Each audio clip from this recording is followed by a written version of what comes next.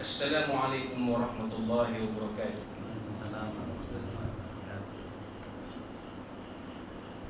Allahumma salli wa sallim wa barik alaihi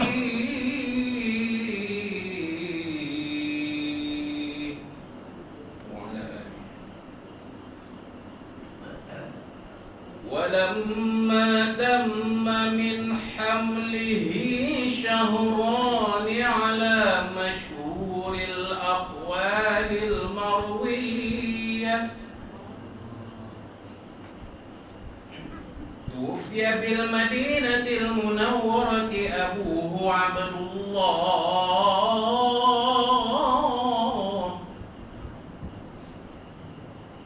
وكان قد اجتاز بأخواله بني عدي من الطائفة النجارية، ومكث فيهم شهرا سقيما يعانون سقمه وشكواه.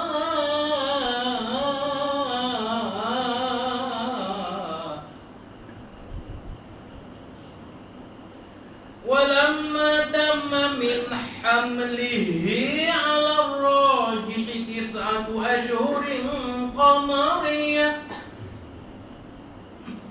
وآن للزمان أن ينجلي عنه صداه،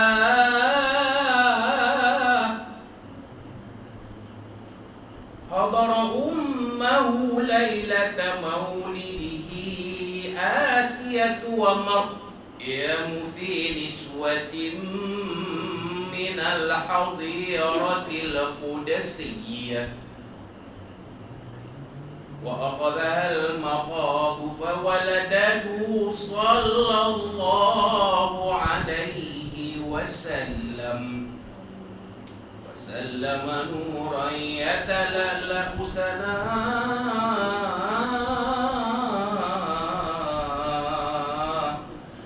صلى الله على محمد صلى الله عليه وسلم. صلى الله على محمد صلى الله عليه وسلم. يا نبي سلام عليك، يا رسول سلام عليك، يا حبيب سلام عليك، صلوات الله عليك. صلى الله على محمد صلى الله عليه وسلم. صلى الله على محمد صلى الله عليه وسلم. أشرق البدر علينا فاختفت منه البدور، مثل حسنك ما رأينا قط يا وجه السرور. صلى الله على محمد صلى الله عليه وسلم. صلى الله على محمد صلى الله عليه وسلم. أنت شمس أنت بدر أنت نور فوق نور، أنت إكسير وقاري أنت مصباح الصدور.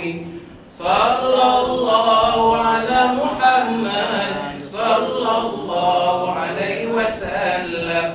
صلى الله على محمد صلى الله عليه وسلم. يا حبيبي يا محمد يا عروس الخافقين، يا مؤيد يا ممجد يا إمام القبلتين.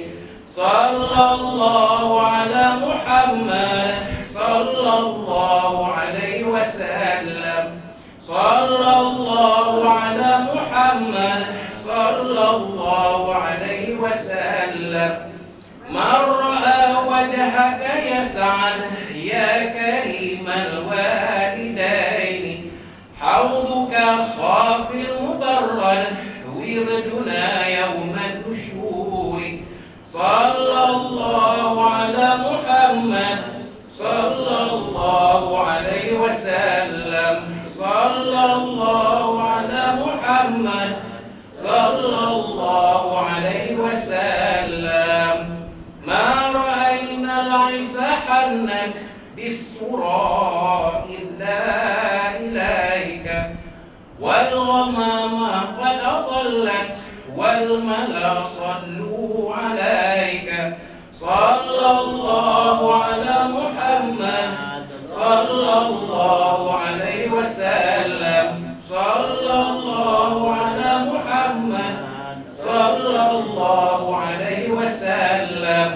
عليم السر وأخفى مستجيب دعواتي ربي ارحمنا جميعا بجميع الصالحات صلى الله على محمد صلى الله عليه وسلم صلى الله على محمد صلى الله عليه وسلم وصلاة الله على أحمد عد تحرير الصدور أحمد الهادي محمد صاحب الوجه المنير صلى الله على محمد صلى الله عليه وسلم صلى الله على محمد صلى الله عليه وسلم صلى الله على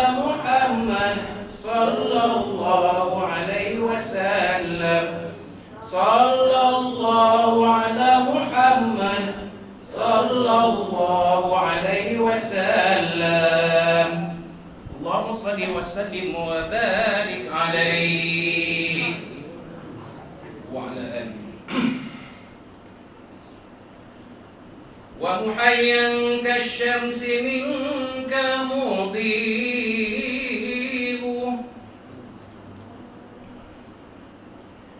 أشرقت عنه ليلة غراء ليلة المولد الذي كان للدين سرور بيوم واستهاء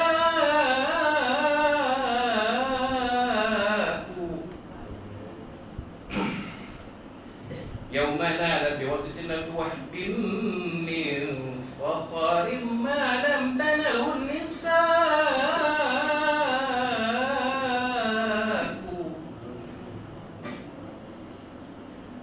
وأتت قوما بأفضل مما حملت قبل مريم وعذراء مولد كان منه في طالع الكفر وبال عليهم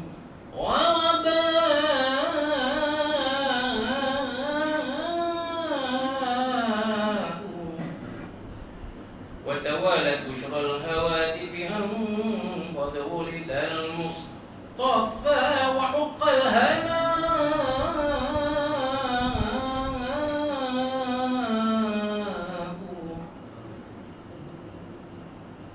هذا وقد استحسن القيام عند ذكر مولد الشريف مولد الشريف أئمة ذو رواية وروية وطوبى لمن كان تعظيمه صلى الله عليه وسلم غاية مرامه ومرماه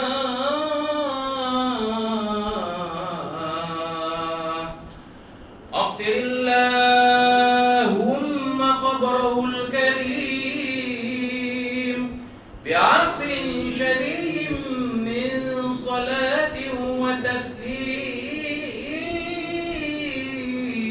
وتسليم اللهم صل وسلم وبارك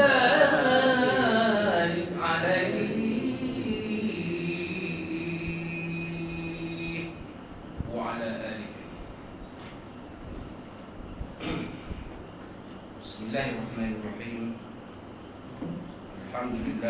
العالمين وبه نستعين على أمر الدنيا والدين نستغفره ونستهديه ونتوب إليه ونتوكل عليه ونعوذ به من شرور أنفسنا ومن سيئات أعمالنا من يهده الله فلا مضل له وهو المهتد ومن يضلل فلن تجد له وليا مرشدا ولا هادي له أشهد أن لا إله إلا الله وحده لا شريك له وأشهد أن سيدنا محمدا عبده ورسوله اللهم صل وسلم وبارك على هذا النبي الكريم سيدنا وحبيبنا وشفيعنا وزورنا ومولانا محمد المصطفى وعلى آله وصحبه ومن دعا بدعوته وتمسك بسنته وجاهد في سبيل الله إلى يوم الدين. رب اشرح لي صدري ويسر لي أمري واحلل عقدة من لساني يفقهوا قولي. سبحانك لا علم لنا إلا ما علمتنا إنك أنت العليم الحكيم ولا حول ولا قوة إلا بالله العلي العظيم. اللهم افتح علينا حكمتك وانشر علينا من خزائن رحمتك يا أرحم الراحمين. اللهم أرنا الحق حقا وارزقنا اتباعه وأرنا الباطل باطلا وارزقنا اجتنابه. قال الله سبحانه وتعالى في كتاب العزيز أعوذ بالله من الشيطان الرجيم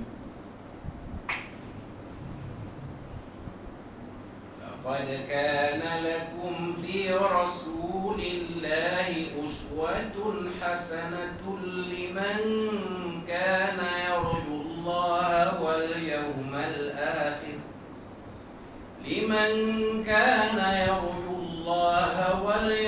الآخر وذكر الله كثيرا.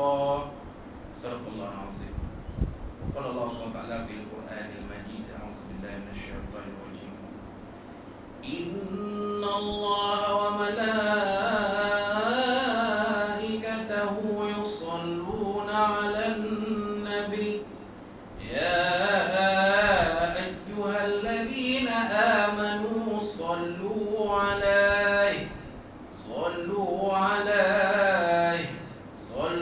عليه وسلموا تسليما. صدق الله العظيم. وقال الله سبحانه وتعالى في القرآن الكريم أعوذ بالله من الشيطان الرجيم وما أمروا إلا ليعبدوا الله مخلصين له الدين حنفاء ويقيموا الصلاة ويؤتوا الزكاة وذلك دين القيمة. صدق الله العظيم. وقال نبينا صلى الله عليه وسلم لا يؤمن أحدكم حتى أكون أحب إليه من والده وولده والناس أجمعين أو كما قال رسول الله صلى الله عليه وسلم.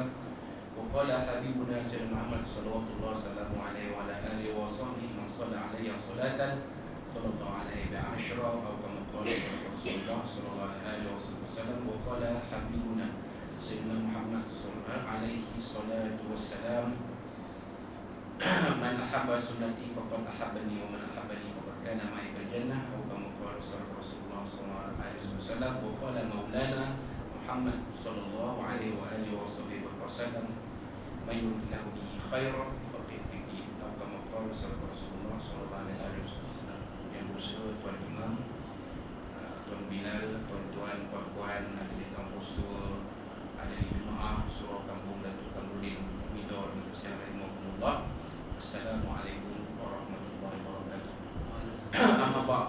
Alhamdulillah pada pagi ini 15 Rabiul Awal 1442 bersamaan 1 November 2020 bersama-sama ambil kesempatan ini kita panjatkan puji dan syukur kita kepada Allah Subhanahu Wa Taala telah sama-sama menunaikan solat subuh berjemaah di tempat imam kita berdiri bertasbih, bertahmid, bertakbir dan kita mengaminkan doa yang kita mudah-mudahan kita semua akan terus berada di dalam pemeliharaan Allah Subhanahu Wa Taala dan dijauhkan dari segala wabak, penyakit yang berbahaya, terutamanya penyakit COVID-19, wabak COVID-19 yang mana sekarang sedang melalui gelombang tinggal kita ni, gelombang yang ketiga, dan kita harapkan gelombang ketiga ini tidak berpanjangan.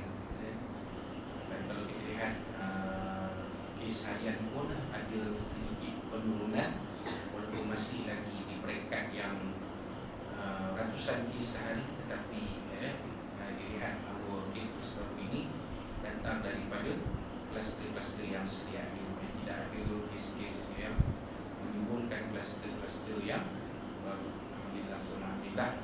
Dan kita di surau kita ni, alhamdulillah, alhamdulillah, kita sentiasa mematuhi SOP takkan kemudahan Allah, insya-Allah. Dan sekali lagi kita bertemu di dalam majlis ilmu ini yang dikatakan sebagai rawdatul riyadil jannah, pertama dari taman-taman syurga Allah Subhanahu Wa Taala, kurniakan kepada kita barakah, rahmah, keampunan, maghfirah, ini keampunan, sakinah, ini ketenangan, dan dikurniakan kepada kita ganjaran pahala sebagai amal soleh, insya-Allah. Dan kita masih berada di dalam bulan Maulid Rasul sallallahu alaihi wasallam, maka seperti mana yang tuan-tuan sedia maklumi, bila tibanya bulan Rabiul Awal ini, kuliah-kuliah kita ini kita mulakan dengan bacaan Nawawi, Mazani dan selawat, marhaban, mudah-mudahan semua ini akan boleh kita jadikan sebagai satu bukti kasih, betapa kasih sayang kita kepada Imam besar kita Sayyidina Nabi Muhammad sallallahu alaihi wasallam, yang mana kita akan dikurniakan bagi syafaat di pada mahsyar dan kiamat nanti, dan insya-Allah kita akan bersama-sama bagi di dalam syurga Allah Subhanahu Wa Taala dalam alam akhir kita bagi ini, insya-Allah. Mudah-mudahan dan apa yang kita apa yang dipustakakan oleh baginda Rasulullah SAW kita warisi, kita ambil, iaitu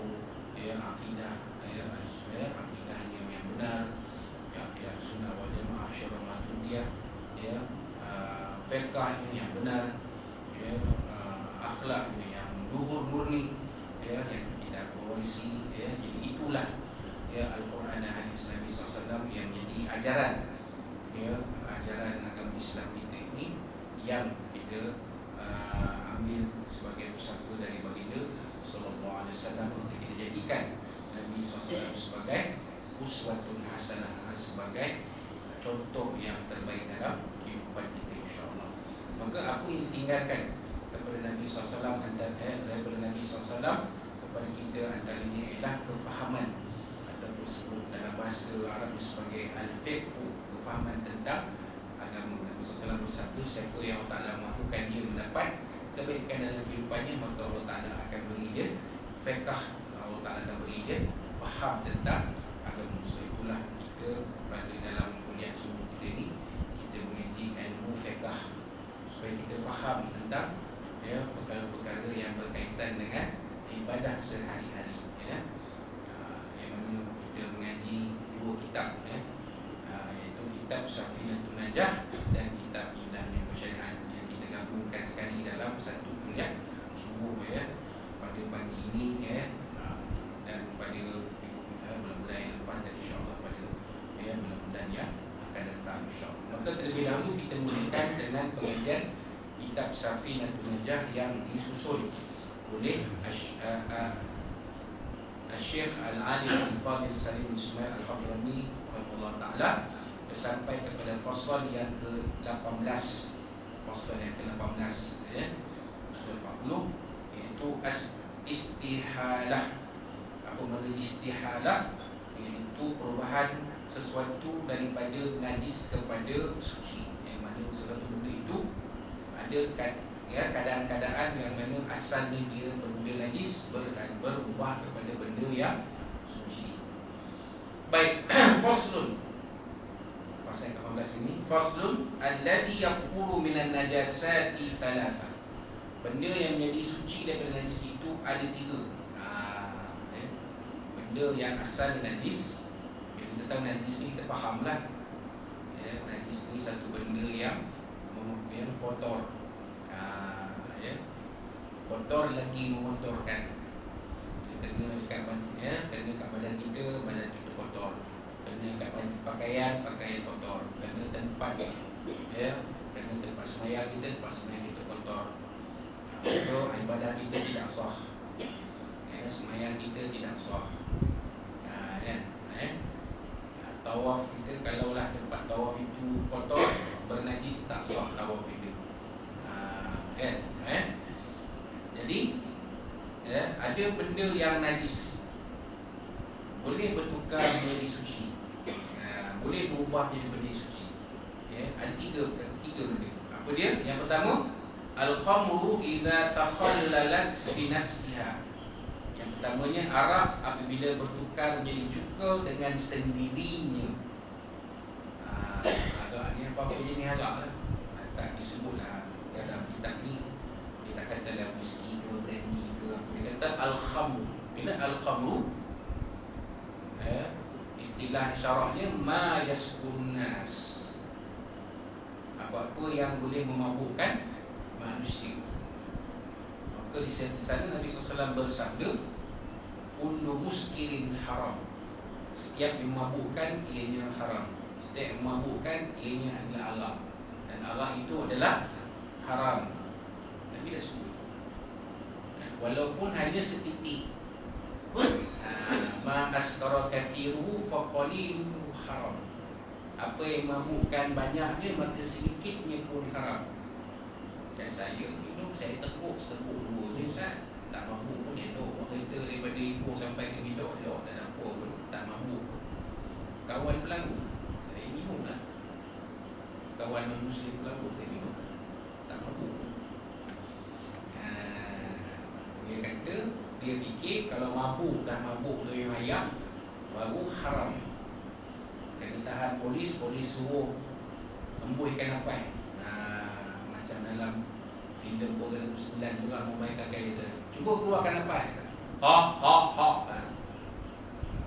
Usman Bakar, tak keluar. Dia kata, kau sedut ke dalam, mana nak bau, cuba keluarkan. Rupanya orang bakar kaya pun kaki minum juga rupanya. Kalau tak, akan tahu. Anak tunggu macam tu baru haram. Tidak. Kami dah sebutkan dah. Walaupun seteguk, walaupun setitik diminum arak itu haram. Tapi ia boleh bertukar menjadi halal. Apa keadaannya? Idza takhallalat bi nafsiha. Bila dia bertukar menjadi cuka. Bertukar jadi cuka, halal lah dia. Dengan sendirinya bi nafsiha, bukan dibuat proses menghalalkan arak. Macam mana mencukakan arak? Bau dia halal.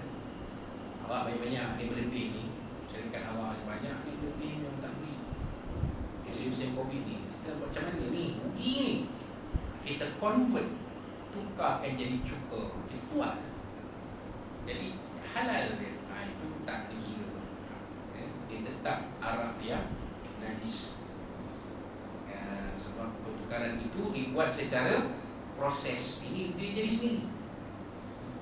Apa jenis arak pun tua sekali dia jadi cuka sendiri. Dia bertukar sendiri jadi cuka. Barulah dia boleh dikatakan, boleh dikira sebagai suci. Itu dia. Itu yang pertama. Dan yang kedua, wajilatul maitati idza dubira. Dan kulit bangkai apabila disamak. Kalau kita tengok kan, pompang tu kulit kambing. Dulu pernah divideokan cara membuat pompang. Kulit kambing tu kan, kambing tu dah sembelih kan, dah mati, tinggal bangkai kan. Di kulit tu dibuat pompang, disamak tu mana kita buang dia punya lemak-lemak, apa yang lekat-lekat tu semua tu. Adalah bahan dia. Kemudian dibasuh dengan air mutlak, seperti kita membersihkan pakaian yang terkena najis mutawassithah atau tempat yang terkena najis mutawassithah, atau tubuh yang kita terkena najis mutawassithah, kemudian dijemur. dah kering kulit kambing tu dibuat kompang. Saya ingat ni video tu, saya dah tengok video. Tak pasti sama ada dalam YouTube atau tidak. Video tu dibuat oleh filem negara. Ingat ni, saya ingat ni masa sekolah color dalam warna. Filem negara buat dalam warna. Cara-cara mereka membuat kompang kulit dia, kulit kompang tu dibuat diambil daripada kulit kambing. Tunjuk proses dia mana. Jadi kulit tu jadi suci apabila dia disamak. Walaupun pada asalnya dia sebahagian daripada bangkai haiwan. Bangkai haiwan ni Tuhan kata diharamkan makan. Diharamkan makan bangkai. Qulimat alaikumul maidah. Pertama-tama tak sebut diharamkan kepada kamu makan bangkai.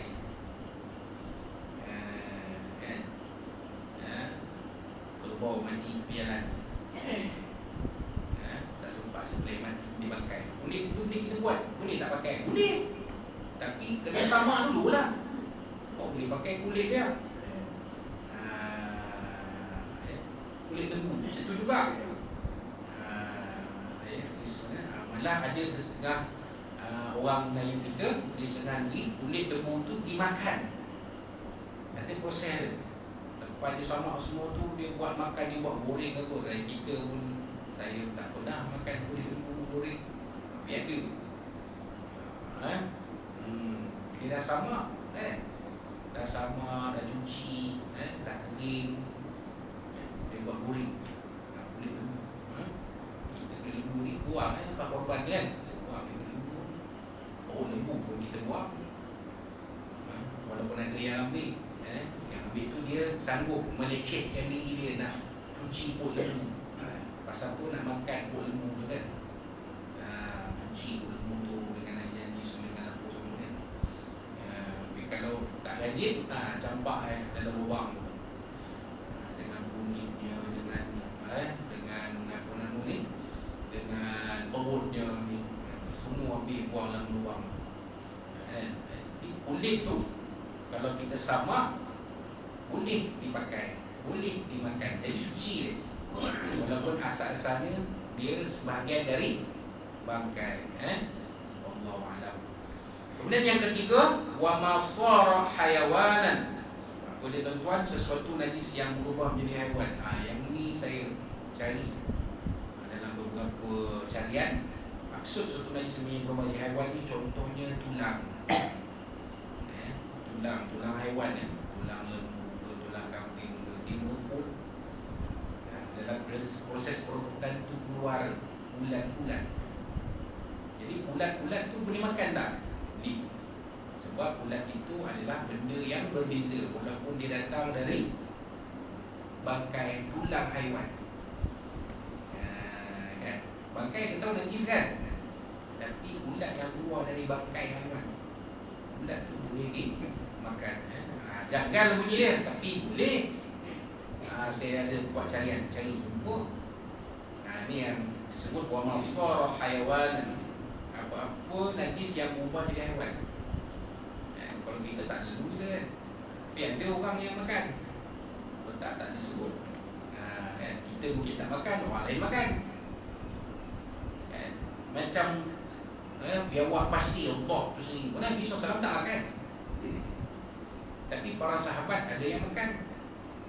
Dipelawa Nabi SAW oleh para sahabat makan tok. Makanlah. Saya tak biasa makan tok ni, tapi makan lah. Di situ hukumnya ada timbul dari peristiwa itu, maknanya tok itu halal dimakan. Walaupun Nabi tak biasa makan. Sahabat-sahabat yang duduk di padang pasir selalu memburu tok, sembelih, buat bakar sebagainya. Mereka makan tok ni, tapi Nabi tak biasa makan. Bila Nabi menolak dengan cara baik. Kan? Nabi tolak, Nabi tak makan. Bila kalau orang yang pegang dengan sunnah Nabi ni, bila apa benda Nabi tak makan, dia tak makan lah. Tok tak boleh, Nabi tak makan tok. Kita tak payah, kita tak boleh kata kita tak boleh makan tok sebab tak ikut Nabi. Sunnah Nabi ni kita boleh ikut. Tapi mereka lupa. Nabi tak makan, tapi Nabi tidak melarang sahabat-sahabat lain bulat tu suci walaupun dia terbit dari bangkai haiwan. Boleh makan. Kita tak makan, orang lain mungkin makan. Manusia bangsa macam-macam, kan? Allahu a'lam. Jadi itu dia istihalah, ya, benda-benda yang berubah daripada najis kepada suci. Ada 3, ya, iaitu arak yang berubah menjadi cuka dengan sendirinya, kemudian kulit, atau yang kulit bangkai haiwan yang disamak, yang telah disamak, dia jadi suci. Dan yang ketiga, sesuatu haiwan yang timbul dari najis atau asalnya dia diubah jadi haiwan. Itu ceritanya. Wallahu rasuluhu alam. Saya ringkas tentang istihalah ini. Ringkas saja, kerana fokus kita ialah kepada bahagian yang kedua, iaitu kitab indahnya bersyariat. Ini yang penting. Jadi tak penting sangat, kan? Bukan tak penting, penting juga. Tapi sekali lagi baca boleh, untuk kita faham. Tapi kandungan kitab indahnya bersyariat ni yang kita nak bincang dengan lebih detail lagi, berkaitan dengan jamak dan qasar. Kita tak pergi bincang, bulan lepas dah bincang. Kita pergi kepada perbincangan selanjutnya tentang jamak dan qasar, muka surat 136 dalam buku ni lah, kitab indah bersyariat. Dimulakan dengan gambar situ. Dia kata bermusafir naklah dimulai dengan doa dan tujuan yang baik. Kita nak bermusafir berdoa lah, minta selamat, Lepas itu kadang-kadang kalau kita tengok orang buat rombongan ke, orang pergi perjalanan jauh ke, dimulakan dengan doa selamat. Saya ingat ada satu kisah, lama dah, 16 tahun dulu, berlaku satu kemalangan bas. Bas tu bas ekspres disewa khas bawa rombongan pengantin. Tak sampai setengah jalan pun, di pertengahan jalan berlaku kemalangan. Tidak sedikit yang mengalami kecelakaan. Ada yang meninggal, ada yang cedera. Yang meninggal dikemumikan dalam satu liang. Apa yang itu?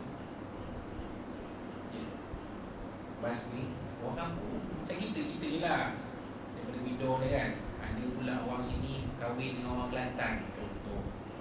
Satu kampung naik bas nak mengantar rombongan pergi ke Kelantan, sambil pergi mengantar orang kahwin, sambil pergi ke Pokok KE, sambil pergi ke Latau Panjang.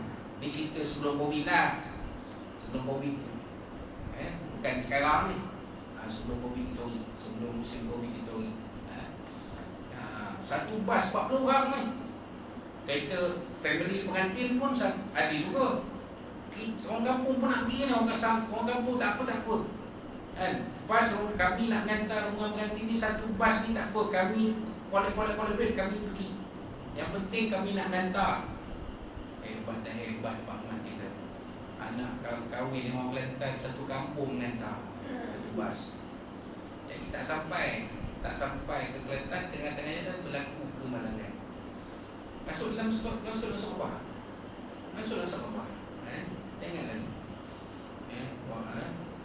Pegawai agama turun, imam masjid turun, YB kawasan turun, semuanya jenazah. Dia tanya, rupanya bapa pengantin sendiri mengaku waktu bas tu nak berjalan tak dibaca doa selamat. Kan? Dan jadi cerita. Kemalangan tu taklah kerana sebab tak baca doa selamat, tapi nak jadi ceritanya bila bermusafir, baiklah dimulakan dengan doa selamat. Tak usah kan? Doa selamat dalam bas dia minta tak Fadli baca doa selamat sikit. Tak selamat pergi Bani, jauh daripada kecelakaan. Kalau musim ni nak pergi juga, minta jangan ada yang dijangkiti COVID-19, contoh. Dan tujuan tu baik. Tujuan tu baik tu, jalanlah orang bermusafir ni tujuan tak baik, jalan, sana jalan, ada pula tujuan tak baik, nak apa ni, nak cari bomoh, nak menit orang, tujuan tak baik lah. Musafir sanggup pergi cari bomoh siap dekat Thailand, jauh daripada sini, apa nak cari, nak kena ke usaha sini, biar dia dan tak puas hati kat tengok sekolah semaya atas kursi, tak puas hati kat bagi dia terduduk tu, tak boleh bangun, cari bomoh siap. Tak apalah, carilah, nak cari bomoh siap ke pemulia ke tak apa kan. Kalau tak sempat selesai di dunia ni, saya tuntut nanti ni pada mahsyar, itu saja. Kita tak nak berdendam dengan siapa, kita nak musuh dengan siapa. Tapi kalau dah itu keadaan dia, tak apalah, kita setia berubat dan sebagainya. Dan kita harapkan mereka yang berniat jahat ni insaf akan kesalahan, keterlanjuran mereka, perbuatan mereka, dan minta maaf, bertaubat kepada Allah SWT. Jangan buat kerja-kerja yang tak buruk macam ni. Kita marah atau tak suka, jangan kita jadikan satu perbuatan yang boleh mendatangkan dosa kepada kita. Kan? Buat penanya ke orang, macam Datuk Kazim sampai hari ni, kalau tuan-tuan jemput datang ke surau kita ni berceramah pun, habis-habis ceramah je, kita dah buat makan ni, memang grand punya makan ni, datang minum air je, air khusus tengkuk balik. Mana-mana kami dah berhenti dah 3-4 kali jemput Datuk Kazim, itu buang air. Pokok-pokok memang macam tu, dia pergi mana-mana tak makan, pasal dah kena dulu. Datang buat, dosa lah. Kalau kata jemput Datuk Kazim, tak payahlah buat keren-keren makan video untuk kita ni, pasal dia tak akan makan. Dia tak akan makan, ulukan air sudah. Tapi air pun silap, air dia je dia minum, air kita dia tak minum. Pasal takut kena, jaga-jaga, dah terkena tu. Sampai hari ni pun, kejap sakit, kejap masuk hospital, kejap masuk hospital, kejap masuk hospital. Kasihan tak? Jadi siapa yang buatkan tu, tanggunglah esok dosa. Kalau tak minta ampun, tak minta maaf, tak bertaubat, tanggunglah. Begitulah jadi musafir ni, biarlah tujuannya baik. Allah Alam. Baik, perkiraan sebagai musafir. Permulaan musafir dikira setelah kita keluar kawasan, sama ada melepasi sungai, parit, kota sempadan atau melalui kawasan yang tidak ada bangunan lagi. Maksudnya, kita dah keluar, yang senang cerita ni dah keluar dari Korea. Macam tuan-tuan ni dah keluar dari Pekan Bidor ni, dah lepas daripada balai bomba Bidor tu, itu dah keluar Korea. Ataupun kalau sini dah lepas daripada camp PGA tu. Sebab saya difahamkan Korea, Masjid Bidor ni masih lagi besar, masih lagi besar, belum lagi ada pemecahan Korea, masih lagi besar kawasan ni. Kalau ke selatan sampai Balai Bomba, kalau ke utara sampai Taman Seri Bidor, MBGE, sampai Prima kan, perumahan Prima sekarang pun kata ni masih lagi dalam Korea. Masjid Jami' Al-Muqtadi Bidor besar tu.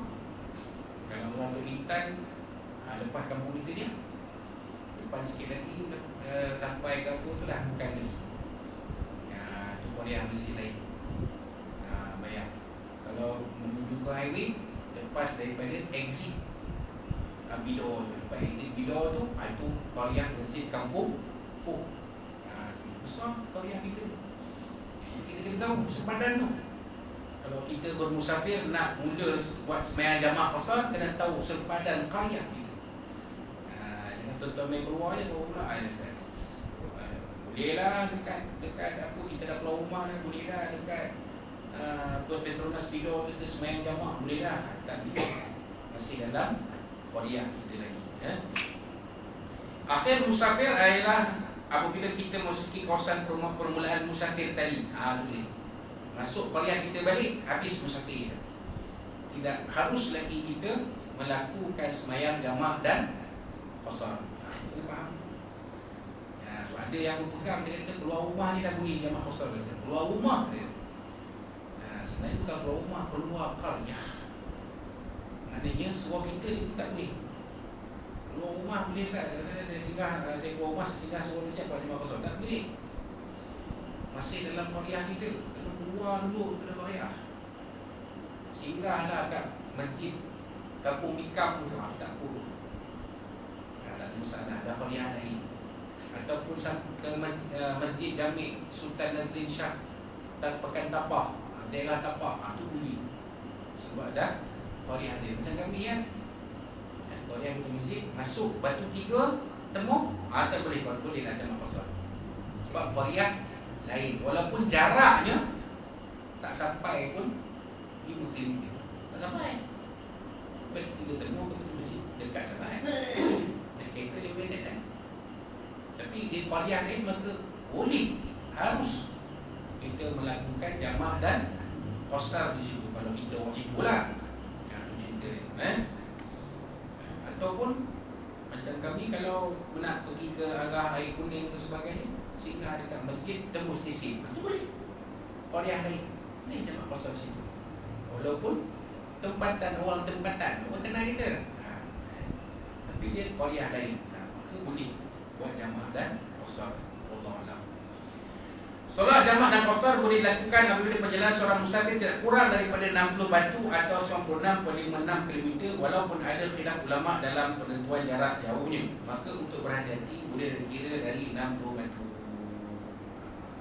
Jadi 60 batu lah, 96.56 km. Jarak musafir tu yang saya sebut tadi ni, kalau kita musafir jarak sampai ke lalu tu, kita keluar Qariah, boleh dah cuma jamaah qasar. Kalau kita bidah ke Ipoh tak cukup, baru 70 km tak boleh jamaah qasar, kena buat semayang sempurna, semayang tamam. Dia kena lebih dari 96.56 km. Kalau bidah ni sampai ke Taipei, tu boleh. Bidah sampai ke KL, boleh. Bidah sampai ke Rawak, tu boleh. Tak ada masalah. Dia dah sampai 56.56 km. Allah Alam. Antara dua solat jamaah tidak boleh dipisahkan dengan jarak yang sangat lama. Oleh itu selepas saja salam, teruskan saja solat yang kedua dengan hanya diselangi oleh iqamah sahaja. Dan solat jamaah dengan satu kali azan dan 2 kali iqamah. Maknanya semayang pertama, habis semayang pertama, terus habis salam, terus naik semayang kedua. Tak payah doa. Tak payah doa. Terus saya salam putus, astagfirullah, naik turun. Kalau kita dah zikir dan doa semua, itu ada sela masa yang lama, maka terputuslah. Maka syarat nak buat jamaah itu terputus. Wallahu a'lam. Yang ketiga, orang yang melakukan solat qasar tidak boleh berimamkan orang yang sempurna solat tamam. Apabila seseorang itu sudah sampai ke pusat permulaan yang bertolak tadi, maka selesailah solat jamaah dan qasarnya. Ia tidak boleh lagi mengerjakan solat secara qasar dan jamaah. Ada dua benda di situ. Yang pertamanya, kalau kita singgah satu masjid, masjid tu buat semayang tamam 4 rakaat zuhur, kita buat jamaah. Boleh buat jamaah, tapi untuk zuhur itu 4 rakaat saja. Untuk asar boleh 2 rakaat. Jangan tuan-tuan pergi buat kasar pula. Imam dulu salam, kita salam dulu, habislah. Sebab syarat makmum ialah tidak boleh mendahului imam. Kalau orang qasar jadi imam, orang tamam jadi makmum, boleh tak? Boleh. Tak ada masalah. Boleh. Dia semayang qasar, kita ni tamam semayang 4 rakaat, kita ikut dia. Dia salam, kita naik sambung. Boleh. Yang tak boleh, terlari.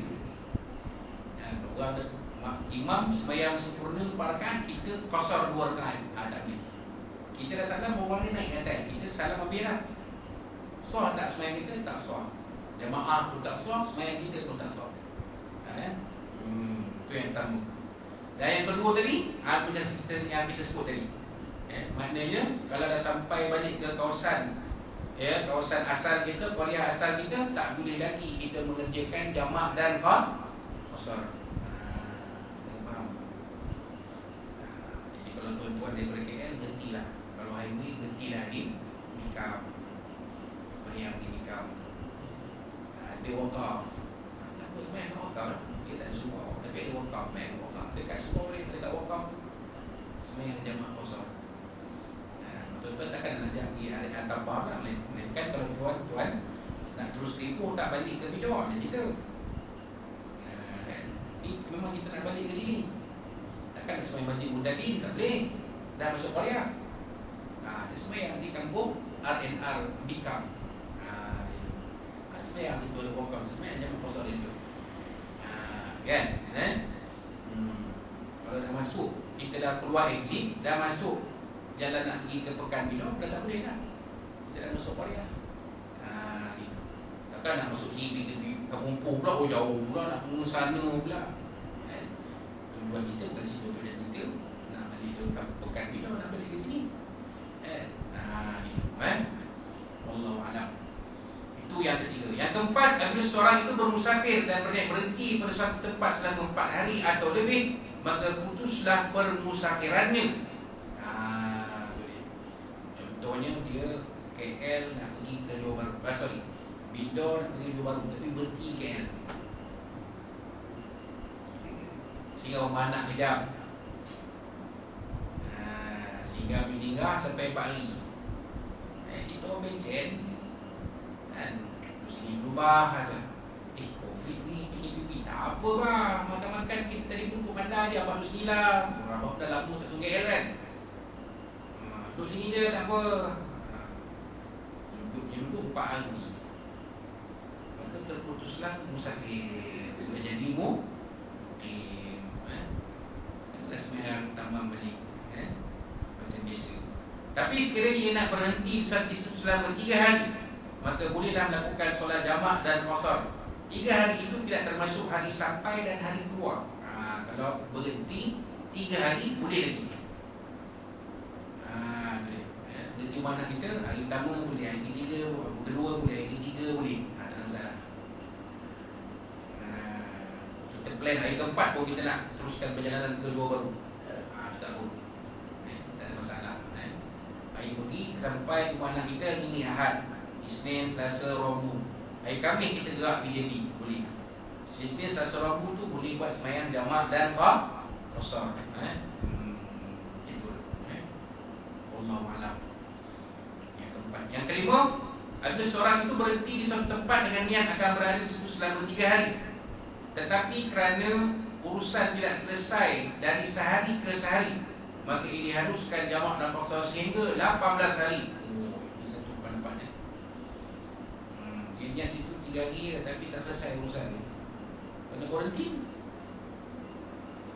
Rupanya dia kena kuarantin pula. Rupanya dia ada kontak dengan orang yang positif waktu urusan dia. Diarahkan kuarantin 14 hari. Hari yang ke 2. Hari kedua, rupanya cek kontak dia dengan orang yang dia hubung ada COVID positif. Dia kena kuarantin. Wajib kuarantin 14 hari. Hari 13 kena buat swab. Hari pertama kuarantin kena swab sekali. Kalau positif dia masuk hospital tu.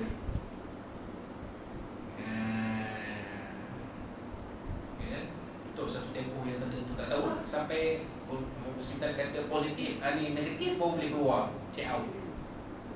Selama tu dia boleh buat jamak qasar sampai 18 hari. Itu juga kalau dia negatif, kuarantin 4 hari. Hari 13 swab test. Swab test rupanya positif pula. Dah masuk hospital sampai 18 hari. 18 hari masuk hari 19 dah tak boleh lagi jamak qasar. Itu yang ke berapa ni? Ke-4, ke-5. Ke-6, apabila seorang itu bermusafir ke suatu maksiat berarti tidak diharuskan solat jamak dan qasar. Mesti kena cerita dalam kuliah yang lepas. Musafir yang tidak diharuskan syarat. Macam tu tadi pergi cek bumbu. Bukan nak ubat, nak kena rawang. Itu maksiat tu. ataupun pasangan lelaki perempuan yang bukan mahram berdua pergi jauh, pergi hak nyai. Kalau nak nikah nyai tak apa, ni dia bukan nikah suruh-suruh pihak nyai. Lubang tikus tak boleh masuk, ada lubang tikus lepas kata dia. Maka tak boleh, dia tak harus dia jamak dan qasar. Itu yang ke-6. Yang ke-7, bagi mereka yang hendak mengerjakan solat jamak takhir, sunat berniat lebih awal. Jangan sampai waktu nak akhir baru berniat. Maksudnya kalau kita nak niat jamak takhir, daripada awal kita musafir, kita dah niat nak jamak takhir. Contohnya macam kita keluar pukul 12, contohnya kita niat jamak takhir lah, sebab jaga-jaganya mungkin petang baru sampai, baru ni. Jadi kita niat yang nak buat takhir, gitu. Maka kena niat daripada awal, bukan dia masuk waktu asar baru nak niat jamak takhir, gitu. Itu yang ke-7. Yang ke-8, perjalanan seorang musafir itu hendaklah tentu dan dia tahu ke mana arah tujuan. Jika ia tidak tahu ke mana diarahkan perjalanan itu, maka ia tidak boleh melakukan jamak qasar. Dia tahu nak pergi mana? Agak. Dia saya tahu saya nak balik ke kampung Zaman. Ini destinasi saya. Boleh jamak qasar. Saya bawa kereta, ikut suka, ikut hati lah. Dah lebih ni, boleh lah. Jamak qasar lah, tak boleh. Sebab kita tak tahu kan arah tujuan kita.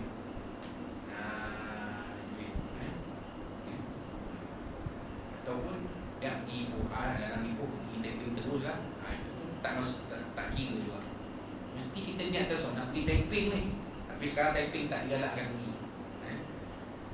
Kami warga PNM tidak digalakkan pergi ke daerah-daerah tertentu di Perak ni, termasuklah terutamanya daerah Taiping. Contoh pun ingat juga tadi, tak payah nak pergi Taiping, nak pergi Larut ke, nak pergi Taman Taiping ke, lupa dah keluar benda.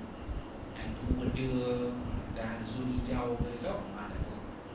Sekarang Taiping zon merah, jadi tak digalakkan. Manjur, nak pergi Lumut, pergi Papua, simpan bulan ni tu, kawasan berisiko. Nak pergi tengok Menara Condong, kan jauh benda pun kereta tu je. Jangan, kawasan berisiko. Kawasan kita ni tak berisiko, padang-padang. Kawasan berisiko ni sebelah je, ini Perak, tak payah. Atau Intan, tak payah. Kita tangguh kawasan-kawasan bermendiang kita ke kawasan yang berisiko ni. Wallahualam. Kemudian seterusnya yang ke-9, kemudian solat jamak ada jamak sahaja juga diberikan kepada ahli qaryah yang ingin mengerjakan solat berjamaah. Apabila turun hujan lebat dan kampung itu merupakan satu kawasan yang biasanya lecah dan becak, dengan syarat ada hujan pada awal kedua-dua solat dan antara kedua-duanya dan pada salam solat pertama. Tidak mengapa kalau sekiranya hujan itu berhenti di pertengahan solat pertama atau pertengahan solat kedua. Jadi ini jarang kita buat. Jarang di Malaysia sendiri kita jarang buat solat jamak kerana hujan. Soal kita, keadaan kita tidak kronik. Wallahualam. Baik, itu dia. Niat solat jamak qasar, niat jamak takdim dan qasar. Ini dia. Zuhur dan asar. Sali pada zuhri raka'ataini qasar majmu'an ilahi al-aslu ada anillahi ta'ala. Itu kalau jam sembahyang zuhur dan asar. Kalau sembahyang zuhur dulu, itu niat ni. Saja aku solat fardu zuhur 2 rakaat qasar, jamak takdim kalau ta'ala. Itu senang, mudah. Kadang niat ni dia agak panjang juga, jadi nak masuk tu kan panjang, tak habis. Allah hanya berapa harakat dah, 20-30 harakat nak masuk niat. Tak apa, terus je. Saja aku sembahyang fardu zuhur 2 rakaat qasar jamak takdim kalau Allah Ta'ala, habis. Kalau kita berjamaah, apa posisi kita? Imam atau makmum? Mudah. Mengerjakan dengan azan dan diiringi iqamah. Lepas memberi salam, maka iqamah sekali lagi tanpa menangguhkan kecuali mengambil wuduk. Kalau batal wuduk lain. Batal wuduk boleh kita tangguh dulu, tak perlu mualat. Ambil wuduk dulu, lepas tu sambung balik, tak apa. Dan banyak semula seperti berikut: solat pada asr rakaatain qasran majmu'an ila zuhri ada Allah Ta'ala. Dan saya kata tak, saja aku sembahyang pada asar 2 rakaat qasar jamak takdim kan Allah Ta'ala habis. Sudah. Kita tahu dah kalau jamak takdim tentulah zuhur itu dipasangkan dengan asar dipasangkan dengan zuhur. Simple je. Kita dah faham jamak takdim tu apa kan. Kemudian niat jamak takhir dan qasar, zuhur asar zuhur, solat pada asr rakaatain qasran majmu'an ila al-zuhur lillahi ta'ala. Ini rumit. Macam saya beritahu tadi, solat pada zuhur asr rakaatain qasran jamak takdim takhir qasran lillahi ta'ala habis. Saja aku sembahyang asar 2 rakaat jamak takhir qasar lillahi ta'ala habis. Mudah. Sembahyang asar itu. Baru disalam maka iqamah sekali lagi tak apa meneguhkan kecuali dia mengambil wuduk dan berlaku 10 seperti berikut.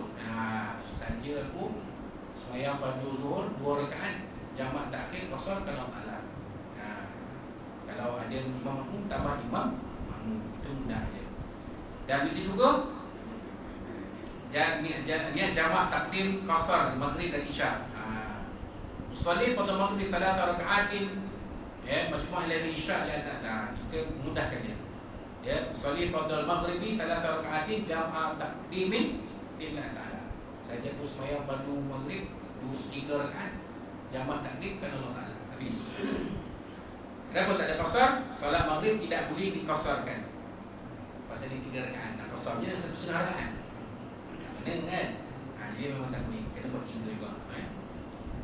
Cara melaksanakan jamak takdim semadi isyak sama dengan jamak takdim zuhur asar. Setelah memberi salam kena bangun dari iqamah dan bila berikut. Solat pada isyak rakaatain qasran. Saja aku sembahyang pada isyak 2 rakaat jamak takdim qasar kan Allah Ta'ala. Dan juga jamak niat jamak takhir qasar maghrib isyak dan maghrib sambung. Sembahyang isyak dulu. Solat pada isyak rakaatain jamak takhir qasran lillahi ta'ala. Saja aku sembahyang pada isyak jamak 2 rakaat jamak takhir qasar kan Allah Ta'ala. Pasal kita kan kita tolak pukul 4 sampai berhenti nak solat pukul 9 malam. Habis maghrib macam mana? Buat jamak takhir. Buat isyak tu 2 rakaat. Lepas tu buat maghrib 3 rakaat. Gitu. Lepas salam isyak, habis salam isyak tu buat maghrib pula. Kan? Allah solat pada maghrib 3 rakaat jamak takhir lillahi ta'ala. Saja aku sembahyang pada maghrib 3 rakaat jamak takhir dan Allah Ta'ala. Itu Wallahu a'lam. Dan yang akhir sekali adalah solat dalam penerbangan. Oleh sebab dalam kapal terbang ada ruang-ruang yang boleh kita mengerjakan solat secara berdiri, maka hendaklah kita berdiri. Mana ada kapal terbang yang tertentu memang kita boleh sembahyang macam biasa, maka hendaklah kita berdiri. Sekiranya dalam keadaan darurat sehingga tidak dapat berdiri, misalnya cuaca tidak baik sehingga kapal terbang itu tidak tenteram, maka bolehlah solat setakat mana yang boleh. Sekiranya keadaan itu tenang, maka wajiblah kita berdiri. Boleh berdiri atas seat kan, berdiri tegak. Berdiri tak ada salah kan. Dan pula kalau flight itu panjang, rasanya 12 jam, 14 jam, kira-kira kan masuk waktu. Ada kan, kalau kita nak buat macam tu lah kaedah dia. Dia berdiri, tak boleh kita duduklah. Berwuduklah secara bersederhana memandangkan kekurangan air. Jadi orang yang pergi umrah biasanya bekalkan botol spray sebesar botol ini. Guna botol spray itu. Kaedah ni pun dah diajar kan, macam mana kita nak berwuduk menggunakan air botol spray. Kan ada kaedah ni. Masalah kiblat adalah dilihat dalam peta di mana kita berada atau bertanyalah pada pihak berkenaan di lantai terbang itu. Jadi tengoklah kan peta kita duduk kat mana, macam mana Allah dia. Kalau kita nampak muncung tu mengarah ke Jeddah tu, boleh lah tu. Ke depan je lah, tak payahlah adjust kan. Ataupun paling tidak pun kita sembahyang menghormati waktu bila sampai di airport tu qada balik, ulangi balik sembahyang tu dengan syarat dengan kaedah yang biasa. Sekiranya kita menaiki kenderaan lain, misalnya kereta api atau kapal laut, maka hendaklah menghadap kiblat semasa takbiratul ihram. Lepas itu boleh menghadap ke arah lain ikut peralihan kenderaan itu. Saya ingat dulu dalam kereta api ada satu gerabak khas disediakan tempat solat. Ada penunjuk. Ada walaupun bergerak sembahyang kan. Allah kan. Walaupun bergerak tak prosesor. Cuma ni kalau kereta api goyang ni dia tak prosesor. Jadi cubalah kan. Solat dah ada Allah tu sembahyang ni Allah. Kalau dia berubah-ubah pun tak apa. Yang penting masa tak ihram tu kita tahu arah kiblat. Kemudian selepas itu boleh menghadap ke arah lain mengikut peralihan kenderaan itu. Jadi kalau kata berubah agak tak ada masalah. Yang penting pada permulaan ihram itu kita tahu arah kiblat tu. Wallahu rasuluhu a'lam. Kita habis membincangkan tentang bagaimanakah kaedah-kaedah musafir yang dibolehkan dalam yang membolehkan mengharuskan solat jamaah dan qasar, yang mana niat yang kita dah bincangkan, dan bagaimana solat dalam penerbangan. Walaupun ada ringkas, tapi perlu kita ketahui juga sebab kadang-kadang kita akan berhadapan dengan situasi seperti ini dalam terbang, sembahyang macam mana dalam kereta api, sembahyang macam mana kapal laut, sembahyang macam mana. Kita dan tahu serba-serba sedikit tentang kaedah-kaedah. Jadi insyaAllah kita akan sambung kuliah kita untuk bulan hadapan pada 6 Disember 2020 untuk kita ilahi bersyariat ialah solat sunat surat 138. Dan untuk kitab Safiinatul Najah kita akan sambung daripada fasal yang ke-19. Fasal yang ke-19 iaitu pembahagian najis, untuk surat 41. Kita akan sambung pada bulan hadapan 6 Disember 2020. InsyaAllah kita akan bertemu dalam kuliah kita akan datang pada tarikh yang kita dah maklumkan tadi. Jadi itulah dia sebanyak kita boleh kongsikan pada pagi ini. Mudah-mudahan habis mengkongsikan pada pagi ini dan manfaat kita bersama. Boleh kita jadikan pada kita melalui pertemuan kita Allah SWT. Sehingga kita bersama dengan bagi sahabat akhir. Dan kalau ada apa-apa sampaikan boleh dikasar bahasa dalam bicara semua kesemuan Allah SWT dari Nabi SAW dan dari tuan-tuan dan puan-puan sekalian. Dan akhir sekali kita jaga diri kita, kita insyaAllah dapat kita SOP kita letakkan mudah-mudahan Allah SWT akan kemudian kita dalam kesihatan keafiatan yang dilakukan daripada wabak COVID-19 yang baik insyaAllah. Dan perbanyakkanlah salawat dan salam dan yang besar dan kita Sayyidina Muhammad SAW. Mudah-mudahan Allah SWT akan menjadikan kita di kalangan ahli syurga yang bersama bagi kesaksian dalam syurga dan insyaAllah. Wassalamualaikum warahmatullahi wabarakatuh. Kita akhiri kita pagi ini dengan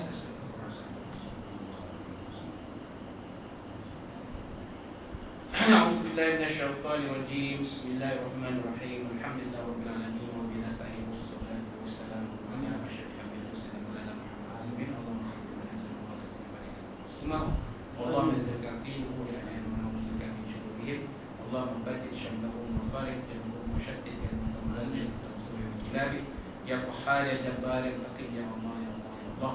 Allahumma anzil kitab ya bil sahaba ya azza ya zibu wa sallallahu Amin. Rabbana atina min ladunka rahmatan aqbal lana min hasanah wa fil akhirati hasanah wa qina adzabannar. Rabbana 'alaika tawakkalna wa ilayka innaka al-musir. Rabbana taqabbal minna du'ana wa bani salawatana wa qana wa subhanahu wa ta'ala barak min syarri rabbil awwal barak syarri walidina sayyidina Muhammad sallallahu alaihi wasallam alaihi wa ala alihi wa lana taqabbal minna assalamu alaikum wa rahmatullahi alhamdulillah rabbil alamin. Taqabbalallahu minkum Assalamualaikum warahmatullahi wabarakatuh.